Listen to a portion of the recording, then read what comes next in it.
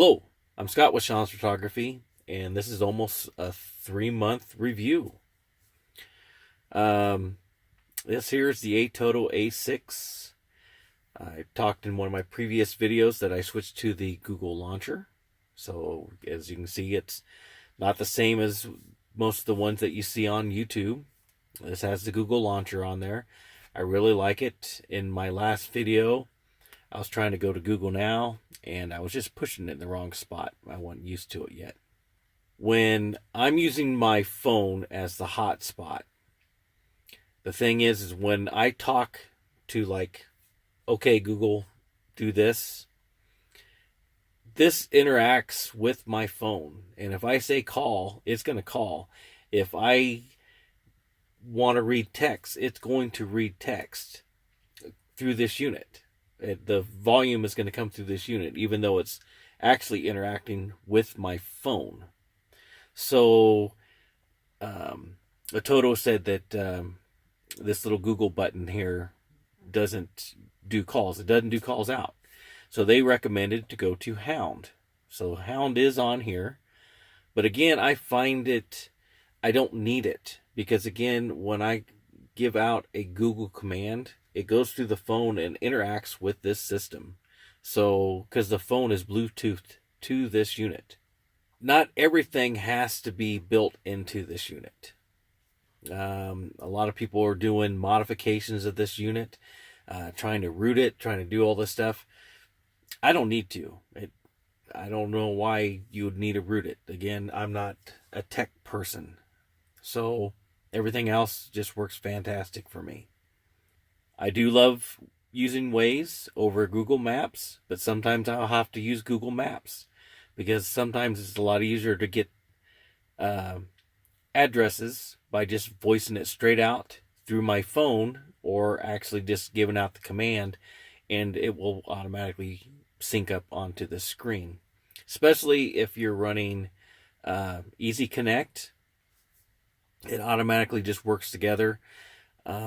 This is Android 6.1, which 7 does allow you to use split screens, which 6.1, certain versions of it will allow you to split screens.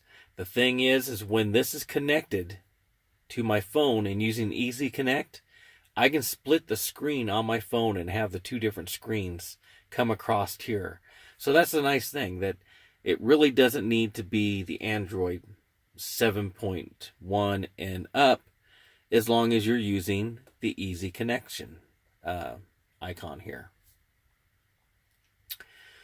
As I also said that I usually use Car Guru when I'm driving down the road. So let me just click on that. I have this set up to exactly the way I want it. I mean, if I want to switch my music player, I click this button over here, and I can pick through all the music players or video players that are on this unit. This one here is always straight to Pandora. So again, Pandora is my main unit if I want to go with something that is not on my SD drive. One thing that bothers me about the SD drive is it's always, every time I turn on the car, it's always scanning. It's always scanning. So that's one thing that I don't like about the unit. It's always scanning the SD card. And then if I really want to change the song, I have to wait till it finishes scanning, or I have to click this little button here and then fast forward or go to the next song or go back song or whatever. So that's just one thing that I'm not a fan of. One other glitch that I found out in this unit is when this music player, your last music player, has played and you shut the unit completely off. I mean, you go up here and you actually physically shut it off. When you throw the car in reverse, the reverse camera comes up and then it also plays the music at the same time. And if you're not used to that, first time it did it to me, it pretty much scared the crap out of me because I had the stereo up to like 30, and when that sucker hit, it made me jump out of my seat. So that is just one little glitch that I noticed about the unit after 3 months. Again, I do like the Car Guru, so if I go to hit my GPS, that's going to take me into Waze because it's set up for Waze. This is going to take me to my internet browser. This is going to take me straight to the phone. This one's going to take me straight to the radio. And then when something's playing, this little EQ will go up here, and I can use the little EQ, or I can click this button here, and that'll just put me into the clock screen or standby screen, basically. So let's just close all those. Just go home.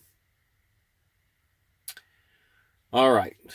So again, one other thing that I found that was odd, that when I would store movies onto the unit, it would erase them. I don't know why it would erase the movies. Just for some reason, it decided it wanted to erase the movies. And I've had to load the movies on a couple times. And then actually I finally just locked all the movies by going onto the computer and locking them. So then that way, now they're read only, and I have not lost them since. So,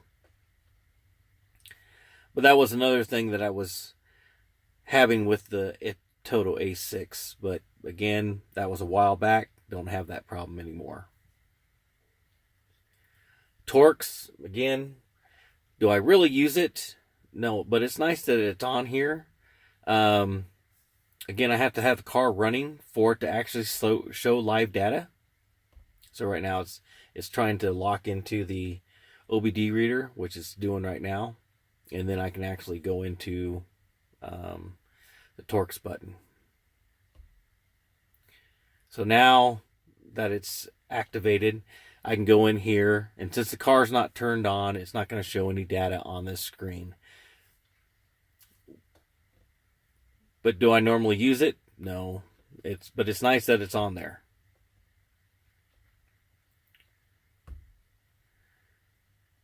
And then, let's see, what else do I want to talk about this unit? Again, I have no problems with the radio. The antenna adapter that I put into this unit works fantastic with this unit. Again, I have better reception with this unit than my other double DIN unit that I had before. That basically, it did navigation, it had a CD player, it had the radio, it did Bluetooth, it did everything this basically does, except for this is more advanced because now I can use my Pandora, I can use whatever GPS system I wanted, not the one that's built into the unit. Again, this video is probably a little longer than I wanted, but again, I don't have any problems with this unit. I don't see the need to make any modifications to it. I have looked into larger screen ones because I was thinking about getting a 10-inch here. It would actually cover over my emergency flasher button and this little annoying airbag thing, and it would fit across there just fine. But do I need it? No. Why spend the extra money on something that you just really don't need? And especially, this is a work vehicle. It's not a luxury vehicle. It's a Ford Transit Connect 2010. But it doesn't need any fancy stereo in there for someone to steal. What I like about the new update that came in a few days ago is this lock screen. So I know when I'm gone and I'm going to leave this out somewhere, I can go in here to the security settings. Again, I'm not going to type in the password and show you guys my password. But when this unit shuts off, if the lock screen comes across there, and if someone tries stealing it, I mean, they would physically have to erase the settings or go back to factory settings to get rid of that. And but I don't have any personal information on here, but it's nice to have that lock screen. It's something, it's that little extra security. Again, this is the Atoto A6. This is basically almost a 3-month review. Again, I find it to work flawlessly. The sound that comes out of it is awesome. Again, I've added, I got an amp and subwoofers in the back of the van. This unit just performs amazing in the sound system. Now, instead of just running with your mid-range and tweeters, basically, that come out of your stock stereo, and the stock stereo in a Ford Transit Connect is just crap. Just so you know, it is just crap. I mean, you got 5.5-inch speakers in the side here, and they just sound like dog poo. So I upgraded the speakers there, plus I've got 6x9s on the back bulkhead here, which makes the sound quality just that much more amazing. Again, my name is Scott with Shoms Photography. This is the Atoto A6, and thank you for watching.